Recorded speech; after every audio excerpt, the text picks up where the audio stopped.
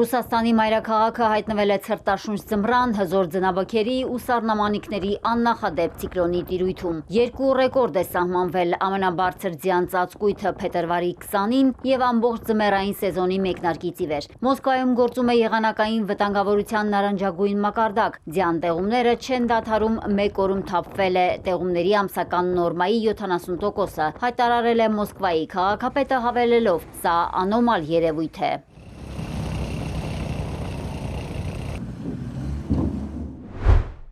Մոսկվայի օդանավակայաններում չեղարկվել կամ հետաձգվել են տասնյակ չվերթներ։ Ապոկալիպտիկ վիճակ է նաև ճանապարհներին։ Ձյան հաստ շերտի պատճառով առաջացել են 8-ից 9 բալանոց խցանումներ։ Գրանցվել են բազմաթիվ ճանապարհատրանսպորտային պատահարներ։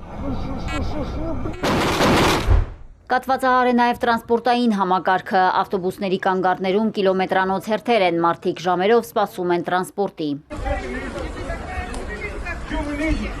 Ձյան պատճառով խցանումներից խուսափելու համար մոսկվացիները սկսել են օգտագործել շնասահնակներ։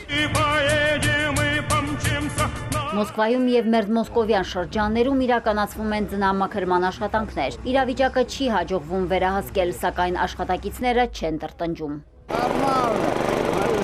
Նորմալ է, դժվար է, բայց դե ինչ արած։ Ձյան առատեղումները սակայն ուրախացրել են որոշ մոսկվացիներին ու մայրաքաղաքի հյուրերին։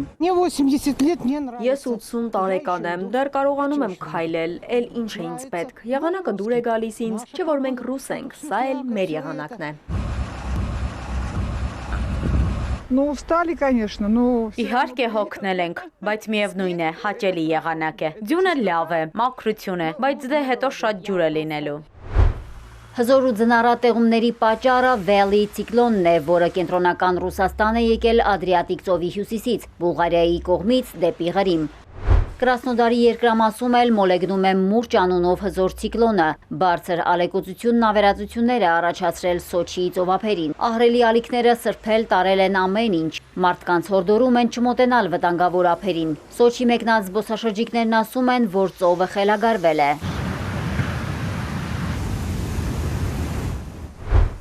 Վրաստանում վատ եղանակի հետևանքով վնասվել են ամբարտակներ և քաղաքային ենթակառուցվածքներ, հատկապես տուժել են Քոբուլեթին և Բաթումին, քանի որ Սև ծովի կատաղի ալիքները հասել են քաղաքի փողոցներին։